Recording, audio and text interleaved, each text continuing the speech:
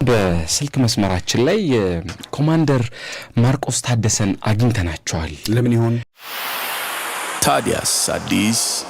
በስልክ መስመራችን ላይ ኮማንደር ማርቆስ ታደሰን አግኝተናቸዋል። ለምን ይሆን እንግዲህ እሳቸው ይነግሩናል። ትላንትና ግን አንድ ነገር መነሻው አንድ ጉዳይ ተነስቶ ነበር። በተለይ ወደ ገርጂ ወደዚህ ወደ ዩኒቲ አካባቢ የፖሊስ ልብስን የለበሱ ሰዎች ተያዙ። የህጋዊነትን ጭንብል ለብሰው ተያዙ ብለውናል። ግን ሁሉንም ከኮማንደር ብንሰማ ነው የሚሻለው። ሄሎ ኮማንደር። ተረስልኝ። ሄሎ አብሮ ይስጥልን። እንደምን አሉ? እግዚአብሔር ይመስገን። ሰላም ናችሁ? አለን። ሁሉም ሰላም ነው ኮማንደር? ሰላም ይመስገን። ትላንትና እንግዲህ በተለያዩ የሶሻል ሚዲያ አማራጮች ሲነገር የነበረ ነገር ነበር። ብዙዎችም ሲያነሱት ነበረ። ግን ከናንተ መስማቱ የበለጠ ይሻላል ብለን ደርሶ ደውለናል። ምንድነው የተፈጠረው? ከሱ እንጀምር እስኪ። የዘረፋ ወንጀል ነው የተፈጸመው። የዘረፋው ወንጀሉ መነሻ አቃቂ ቃሊቲ ክፍለ ከተማ ነው። መነሻው ወረዳ 3 አባ ሳሙኤል የሚባል ልዩ ቦታው ተፋሯ የሚባል ሰፈር አለ። እዛ አካባቢ ነው የተፈጸመው። እንግዲህ የግል ተበዳ ረድኤት አህመድ ነው የምትባለው። እሺ ግለሰቧ ከሱቅ ወጥታ 8 ሰዓት አካባቢ 50 ሜትርና 60 ሜትር ያህል እንኳን አልተጓዘችም። ወዲያው እነዚህ ግለሰቦች ይመጣሉ። በነገራችን ላይ በማህበራዊ ሚዲያ ላይ ሊገለጽ ይችላል። የፖሊስ ልብስ በትክክል የፖሊስ ልብስ ስለመሆኑ ፖሊስ ማረጋገጫ መስጠት መቻል አለበት። አንዳንድ ጊዜ ተመሳስለው የፖሊስ ልብስ አልባሳት የሚመስል ለብሰው ወደ ዘረፋ የሚወጡ ግለሰቦች ሊኖሩ እንደሚችሉ ህብረተሰቡ መገንዘብ መቻል አለበት። እንግዲህ ሁላችሁ እንደምታውቁት ህጋዊ የሆነው የፖሊስ ደንብ ልብስ የራሱ የሆነ ስታንዳርድ ያለው ነው፣ የራሱ ከለር ያለው ነው። ግን አመሳስለው ደግሞ ለብሰው የሚወጡ ግለሰቦች ሊኖሩ እንደሚችሉም ታሳቢ መደረግ መቻል አለበት። በማህበራዊ ሚዲያው ላይ እንደሱ እየተባለ ሊገለጽ ይችላል። ግን በእናንተ ሚዲያና ሜንስትሪም በሆኑት ሚዲያዎች ግን የፖሊስን ማረጋገጫነት መያዝ መቻል አለባችሁ። ፖሊስ በትክክል የፖሊስ ልብስ ነው ካለ የፖሊስ ልብስ ነው ማለት ነው የሚጠበቅብንና በተለያዩ ማህበራዊ ሚዲያዎቹ ይሄ መታረም አለበት የሚል ሀሳብ አለን። በቅድሚያ ዞሮ ግለሰቦቹ የፖሊስ ደንብ ልብስ የሚመስል ነው የለበሱት። ግለሰቧን ይይዟትና መኪናዋ ውስጥ ነው፣ የራሷ መኪና ነው በነገራችን ላይ ኮድ 2D 88595 የሆነ ዲዛይር ተሽከርካሪ እሷ ነው። ካስቆሟት በኋላ ልብሱን ስላየች እሷ ትቆማለች። ከዛ በኋላ አንደኛው ይዟት ያስገባታል። አንደኛው ደግሞ ማሽከርከር ይጀምራል ማለት ነው። በዚህ ሂደት ውስጥ እያለች እዛው ውስጥ ላይ እንግዲህ የምርመራ መዝገቡ እንደሚያስረዳው 500 ሺህ ብር ትራንስፈር እንድታደርግ ነው የጠየቋት። በወቅቱ እሷ አካውንቷ ውስጥ ያን ያህል ገንዘብ እንደሌለ ነው የምታስረዳቸው። በእጇ ግን 7800 ብር አካባቢ ጥሬ ገንዘብ ይዛለች። እሱን ይቀበሏታል። 2 ስልክ ይቀበሏታል። በዛ ሂደት ውስጥ እንግዲህ ይዘዋት አሁን ቅድም አንተ ወደ ገለጽከው ወደ ገርጂ ወይም ጃክሮስ አካባቢ ይዘዋት እየመጡ የትራፊክ መጨናነቁ ቀዝቀዝ ሲል ግለሰቧ ወይም የግል ተበዳይ ለማምለጥ ነው ጥረት የምታደርገው። በዛ ሂደት ውስጥ ትጎተታለች ማለት እነሱ ዝም ብለው እያሽከረከሩ ነው። በመዋላ ላይም በሩ ተከፍቶ እሷ ትወርቃለች። እሷ በምትወርቅ ሰዓት ላይ በቀጥታ እነዚህ ወንጀል ፈጻሚዎች የተፋጠጡት የአንድ ሳጅን ፋንታሁን አለምነህ የሚባል ትራፊክ ፖሊስ ጋር ነው። የቦሌ ክፍለ ከተማ ትራፊክ ቁጥጥር ሞተረኛ አባል ነው ያለ። ከሱ ጋር ነው የሚፋጠጡት። በሰዓት ላይ እንግዲህ የጉዞ አቅጣጫቸው ወደ ጃክሮስ አካባቢ ስለሆነ በስነ ስርዓት ግለሰቦቹ እንዳልከው የፖሊስ የደንብ ልብስ የሚመስል ስለለበሱ ለማስቆም ያዛቸዋል፣ ትእዛዝ ይሰጣል። ትእዛዙን ጽፈው ጭራሽ እንደውም መሪ አዙረው እሱን ለመግጨት ነበር ጥረት ያደረጉት። ሞተረኛው ትራፊክ ፖሊሱን ማለት ነው። በዛ ሂደት ውስጥ ወደ ግራ መስመር ይገቡና በግራ መስመር አድርገው በህገ ወጡ መስመር ለማምለጥ ጥረት ሲያደርጉ ግጭት ይፈጠራል። በዛ ሰዓት ላይ ሞተረኛው ሞተሩን አስነስቶ እየተከተላቸው ስለነበረ ከመኪናው ወጥተው በሚወጡ ሰዓት ላይ እሱ ሞተሩን አቁሞ በፍጥነት በሩጫ ነበር ሲከታተላቸው የነበረው። በነገራችን ላይ የሰራው ስራ ምንም እንኳን ስራው ቢሆንም በጣም የሚያስመሰግነው ስራ ነው ትራፊክ ፖሊስ አባሉ። ዞሮ ግለሰቦቹ ተሯሩጠው አንደኛው የሆነ ምግብ ቤት ውስጥ ነው የሚገባው፣ አንደኛው ደግሞ የሆነ ሰው ቤት ውስጥ ይገባል። ፖሊሱም በአካባቢው ላይ ያለው ማህበረሰብ ትብብር ጠይቆ እንግዲህ አንድ ግለሰብ 2 ሰዎችን ለመያዝ በጣም ነው የሚያስቸግረው። የህብረተሰቡ ትብብር ባይታከልም ልክ ነው። ምናልባት ቢይዝ እንኳን አንዱን ነበር የሚይዘው ማለት ነው።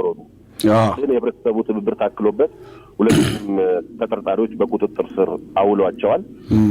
አውሎም ለቦሌ ክፍለ ከተማ ፖሊስ መምሪያ አስረክቧቸዋል። አጠቃላይ ያለው ነገር ይሄ ነው። ዞሮ ዞሮ ቅድም ያሉ ሌሎች ፈርዘር በምርመራ ሂደት የምናረጋግራቸውና ቀጣይ ለህብረተሰቡ ግልጽ የምናደርጋቸው ነገሮች እነሱ ነገሮች እንደተጠበቁ ሆነው ህብረተሰቡ ግን እንግዲህ ያው ጥንቃቄ ማድረግ አለበት። ኮማንደር እንደው የመጨረሻ ጥያቄ ይሄ አሁን ከፋቲክ ጋር የተያዘ ከፖሊስ ደንብ ጋር የተያዘ በየእንትኑ ተመሳሳይ ጫማዎች፣ ልብሶች ይሸጣሉ። የተለያዩ ግለሰቦች ይለብሳሉ። ይሄንን ጫማው አሁን ህጋዊ ፌደራል ፖሊስ የሚያደርገው ጫማን የፋቲክ የሚለብሱ የህግ ባለሙያዎች የሚያደርጉትን ጫማ የተለያዩ ግለሰቦች ስታንዳርዱን የጠበቀ ዩኒፎርም አንደኛ ያኛውን ማን ነው ገበያው ላይ ሲሸጥ ወይ ገዢው ተመሳስሎ ሲለብስ ማን ነው የሚቆጣጠረው? አንዳንዴ ሁለቱንም የመደበላለቅ ነገር አለ። በፊት ነው የማውቀው አንድ ፖሊስ አንድ አይነት ጫማ አንድ አይነት ልብስ አሁን የተዝጎረጎረ ነው። ገበያ ላይ ታገኘዋለህ። ይሄ ፖሊሱ ያደረገውን ጫማ ሌላም ግለሰብ ያደርገዋል እና ዩኒፎርሙን ፋቲክን የማክበርና ይሄን የመጠበቅ ጉዳይ እንዴት ነው? በትክክል ትክክለኛ እይታን የገለጽከው። በአንድ ወቅት ላይ ቁጥጥሮች በማድረግ እርምጃ መውሰድ እንጀምራለን። ነገሩ ይሄን እርምጃችን እናጠናክረን እንቀጥላለን። ፖሊስ የደንብ ልብስ ለፖሊስ ብቻ የተሰጠ ፖሊስ ብቻ ህጋዊ የሆነ ፖሊስ ብቻ ሊጠቀምበት የሚችል መታወቂያ ያለው ፖሊስ ሊጠቀምበት የሚችል ከሁሉም በላይ ደግሞ የከተማውንም የሀገርንም ሰላምና ደህንነት የማረጋገጥ ኃላፊነት የተሰጠው ኃይል ብቻ እንዲለብሰው የተፈቀደ ህጋዊ ነው። ይሄ በሚያደርጉት ላይ የተጠናከረ የሆነ እርምጃ እንወስዳለን። ለነገሩ እርምጃዎቹ እንዳልከው ቀጣይነት የላቸውም እንጂ እርምጃዎች እየተወሰዱ መጥተዋል። ዞሮ ዞሮ ግን እንደዚህ አይነት ተመሳስለው የሚታዩ ልብሶች ለብሶ የሚመጣ ግለሰብ ፖሊስ ይሁን አይሁን የሚለውን ነገር ለማረጋገጥ ህብረተሰቡ መታወቂያን የመጠየቅ ኃላፊነት አለበት። መብቱ ነው መጠየቅ ይችላል። መታወቂያችን ላይም አለ። ፖሊስ ህግን የማስከበር ስልጣን ተሰጥቶታል። መታወቂያውን የማሳየት ግዴታ አለበት ነው የሚለው ይላል።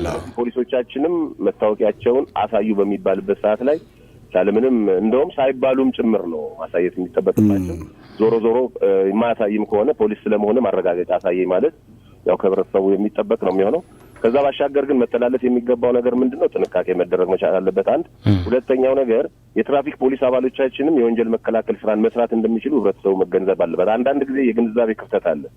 ትራፊክ ስለሆነ ብቻ የትራፊክ እንቅስቃሴውን ካልሆነ በስተቀር ወንጀለኞችን መያዝ እንደማይችል አይነት ህገወጥን መከላከል እንደማይችል አይነት ተደርጎ ይታሰባል። ሁለተኛ የወንጀል መከላከል አባሎች ደግሞ የትራፊክ ፍሰቱን ማሳለጥ የማይችሉ አንዳንድ ትራፊክ ማለት አንዳንድ አሽከርካሪዎች እንደውም እስኪ መንጃ ፍቃድ ብሎ አንድ የወንጀል መከላከል አባል ቢጠይቃቸው አንተ ትራፊክ ነህ እንደ ለምንድን ነው የምትሰጠው የሚል አይነት ይሄ ትክክል አይደለም። ስለዚህ ትራፊክ ፖሊሱም ወንጀል መከላከል አባሉም ሁለቱንም ስራ በእኩል ደረጃ የመስራት መብት እንዳላቸው ወይንም ኃላፊነት እንዳለባቸው ህብረተሰቡ መገንዘብ መቻል አለበት። ከሁሉም በላይ ግን ያው ቅድም የገለጽኩልህ ወንጀል ፈጻሚዎቹ እንዲያዙ ዋናው ሚና የተጫወተው ህብረተሰቡን ጭምር ስለሆነ ትራፊክ ፖሊሱም ሊደነቅ ይገባዋል በእውነት። እናመሰግናለሁ። ትራፊክ ፖሊስ አባሉም ምንም እንኳን ኃላፊነቱ ቢሆንም ስራው ቢሆንም የሰራው ስራ እውቅና የሚሰጠው ነው። ተቋማችንም እውቅና ይሰጠዋል፣ ተቋማችንም ያመሰግነዋል። እንግዲህ አጠቃላይ ያለው ነገር ይሄ ነው። እንግዲህ ከሞላ ጎደል እንግዲህ አደራ የምንላችሁ እንደዚህ አይነት ዋጋ የሚከፍሉ ዋጋ የተከፈለለትን ፋቲክ ዩኒፎርም ስርዓት በሌለው መንገድ የማይለብሱ የሚደበላልቁ፣ የሚቀላቅሉ ይህን ነው እንግዲህ ከህብረተሰቡ ህጋዊ ሰውነት በግልጽ ይለይ ነው የኛ መልእክት።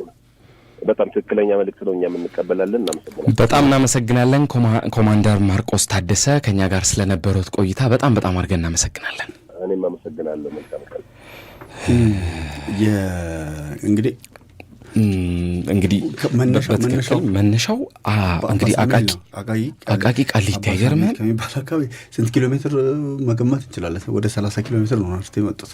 አቃቂ ቃሊቲ ጃክሮስ ማለት ወደ በጣም ሩቅ ነው።